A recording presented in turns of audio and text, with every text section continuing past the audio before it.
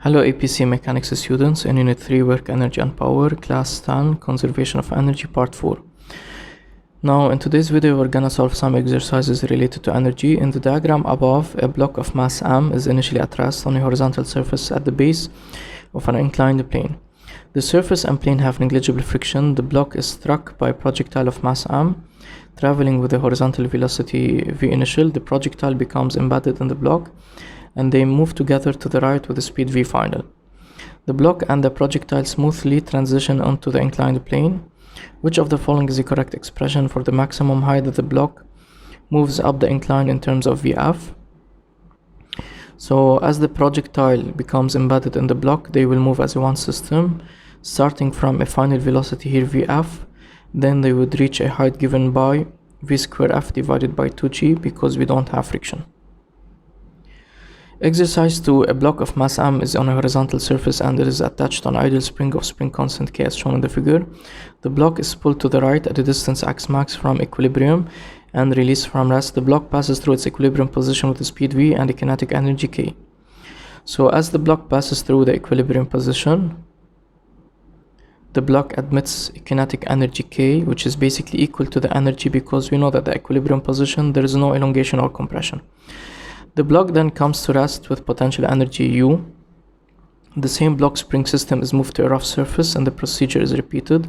Half of the energy of the block spring system is dissipated as the block moves to the equilibrium position and comes to rest a short time later. Which of the following is the correct value for the second setup? The kinetic energy at equilibrium would be half K, simply because half the energy, we're talking about mechanical energy of the block spring system, is dissipated as the block moves to equilibrium. An object of mass 4 kg initially at rest on a surface has both kinetic and potential energies equal to 0. It is then lifted under the influence of both non-conservative forces and the conservative forces of gravity. The non-conservative forces of plus 40 joules of work on the object, the conservative force does negative 22 joules of work. The potential energy of the object after the motion. Now here directly don't add 40 and negative 22 to give you 18, that would be wrong. They want the potential energy of the object after the motion. So we know that the variation in the gravitational potential energy, which is only due to the conservative force, which is gravity, is equal to the minus the work done by the force of gravity. Now remember that the variation in the potential energy is equal to the work negative the work done by the conservative force. Here the only conservative force that we're talking about is the force of gravity. So that would be UG final minus UG initial is given by minus the work done by the conservative force's gravity. Initially that would be 0 as stated here. Then the gravitational potential energy final we're talking about is minus the work done by this force, which is minus 22, which makes C to be the correct answer. Now an object of mass 4 kg initially at rest on a surface has both kinetic and potential energies equal to 0. It is then lifted under the influence of both non-conservative forces and the conservative force of gravity. The non-conservative forces does plus 40 joules of work on the object. The conservative force does negative 22 joules of work. The speed of the object at the end of the motion is most nearly. This can be done using the work energy theorem. The variation in the kinetic energy is equal to the work done by the external forces. Now kinetic energy final minus kinetic energy initial would be equal to the work done by all external forces, and here we're classifying them into conservative and non-conservative. So let me say WC would be the work done by the conservative forces and WN would be the work done by the non-conservative forces. This is 0 because we're at rest initially.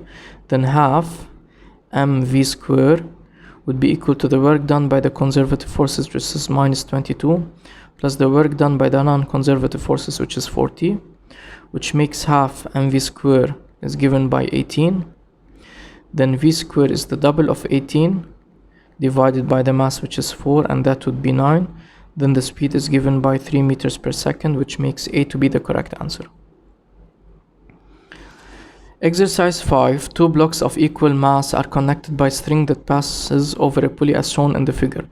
Block 1 hangs from the string and block 2 can slide on the table. The system is released from rest. Using conservation of energy, a student derives an expression for the speed v of the block 1 when it has fallen a distance h after the system has been released from rest, and obtains the equation v is radical gh. A third block of the same mass as blocks 1 and 2 is attached to block 2 on the table as shown in the figure. Using conservation of energy, the student repeats a derivation for the speed v of block 1 when it has fallen a distance h. Which of the following is a correct expression for v? Now we can use simply this configuration in order to determine the speed using conservation of energy. So let me say this is the point A. So let me say we have initial and we have final after block 1 descends a vertical distance h. And let me say this is my PE level, and we will say that energy initial is given by energy final. We have 3 blocks, so we should include 3 kinetic energies for 3 blocks, 3 gravitational potential energies for 3 blocks. Then here we will have 6 terms 3 by 3, 6 terms 3 by 3. Then kinetic energy 1 initial plus kinetic energy 2 initial plus kinetic energy 3 initial plus gravitational energy 1 initial plus gravitational energy 2 initial plus gravitational energy 3 initial is given by kinetic energy 1 final plus kinetic energy 2 final plus kinetic energy 3 final plus gravitational energy 1 final plus gravitational energy 2 final plus gravitational energy 3 final. Now this would cancel. Why? Because during the motion blocks 2 and 3 would be at the same PE level, so whether initial or final the gravitational potential energy stays the same. We started from rest, which means this is 0, this is 0, this is 0, and the only energy at our disposal in the initial position is given by the mass. Since all of them are of equal masses, let me say the mass is m, that would be mgh, in which h would be the distance from the center of mass of the block 1 to the PE level. That would be equal to half mv square, which is the kinetic energy of the first block, plus half mv square, which is the kinetic energy of the second block, plus half mv square, which is the kinetic energy of the third block. All 3 blocks will have the same speed because the string, we assume it's inextensible, and they have the same mass. And the potential energy gravitational final, that would be 0 because the center of mass of the block 1 would pass through the PE level.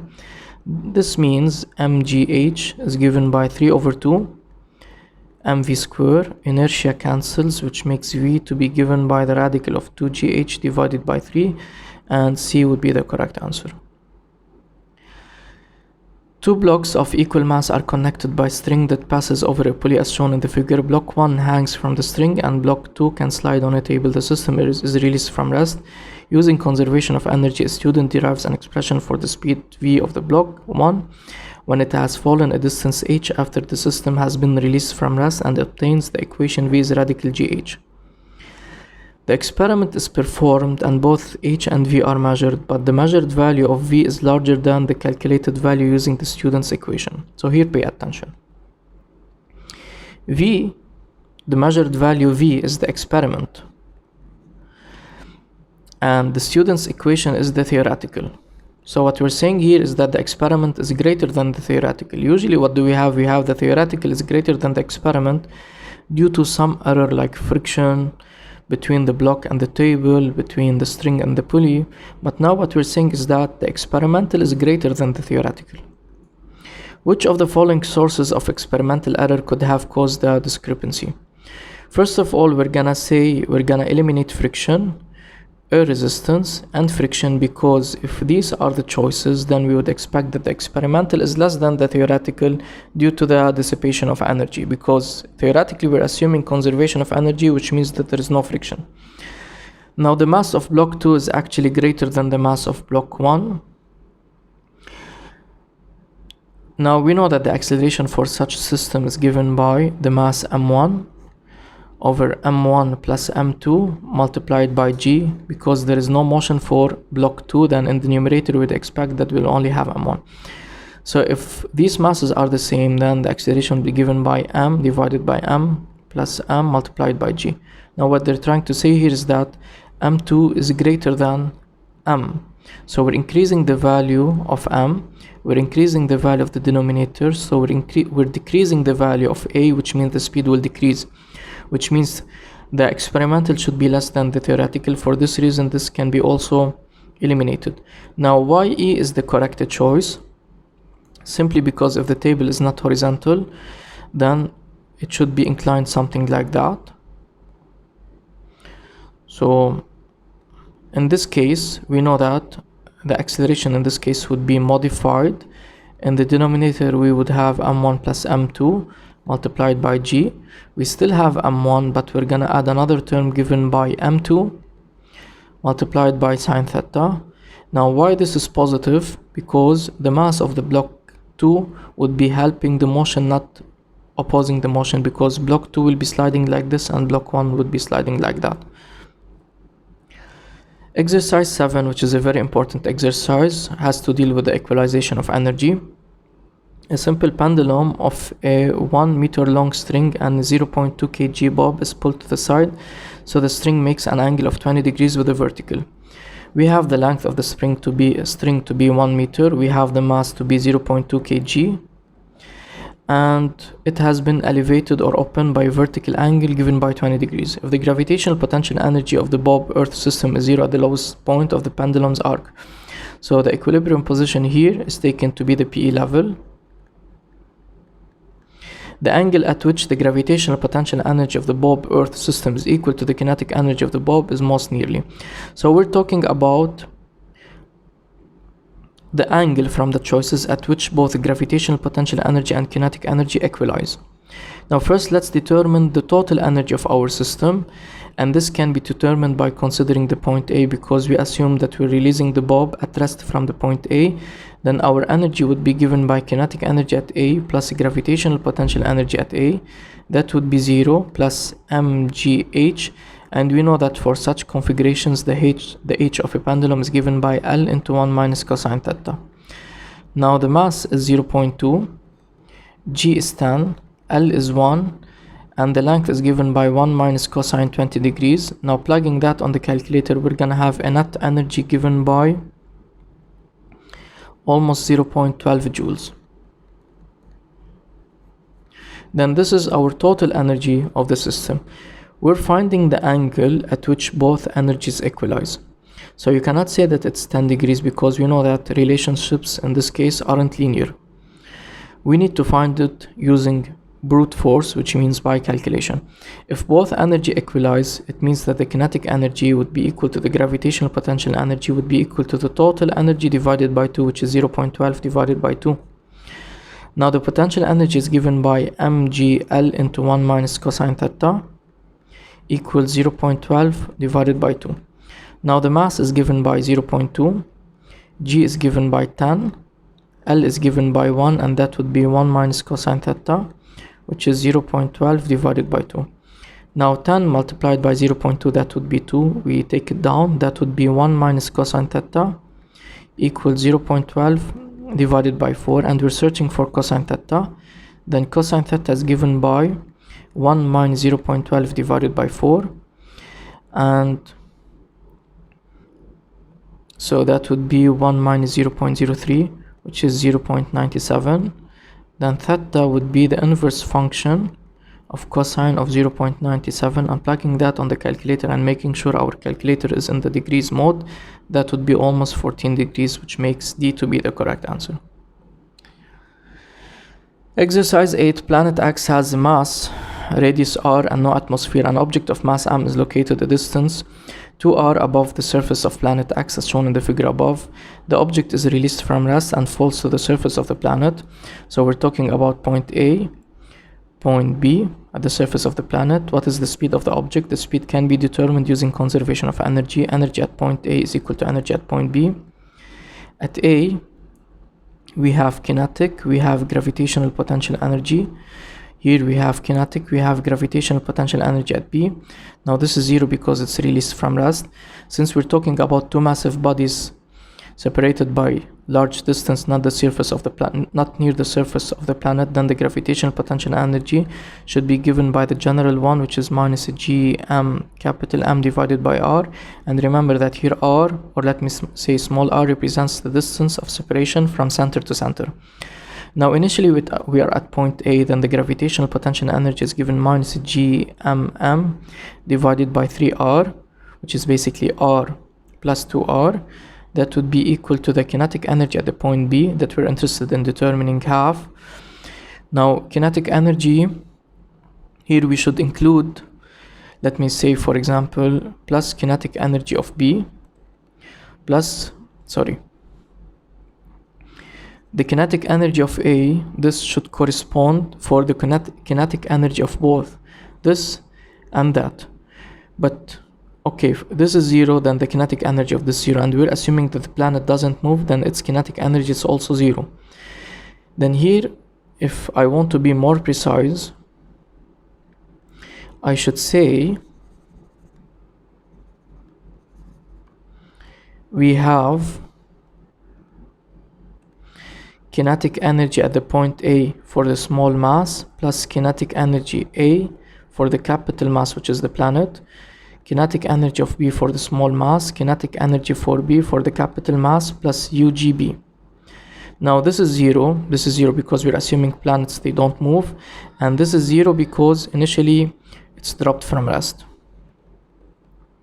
That would be half the mass of this small object is m as it reaches the surface of the planet, times v squared that we're interested in calculating. This is 0 because the planet is not moving, plus the gravitational potential energy B at point B between both systems, that's given by minus gm capital M divided by r, which is the distance from the surface to the center. Now you can ask me the following question: why here we have included two kinetic energies, and why here we have included one gravitational potential energy? This gravitational potential energy is associated with two bodies, so it has been included only once because it is being associated with two bodies.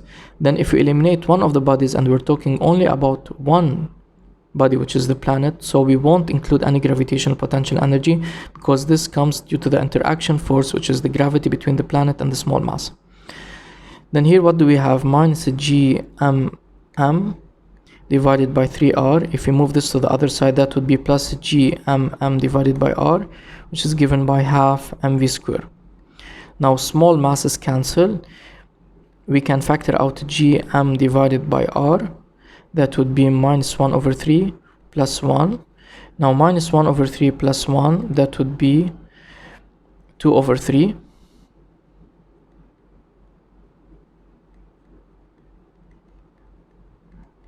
Now v in this case would be given by the square root of 4 gm divided by r, which makes 3r, which makes B to be the correct answer.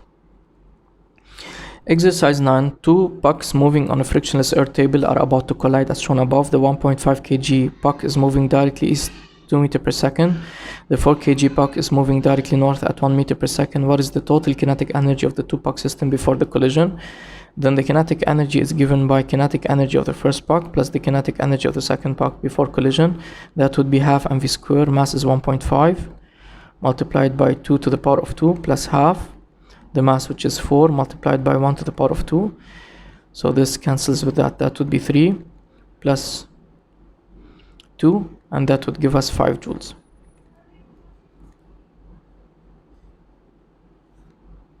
Okay.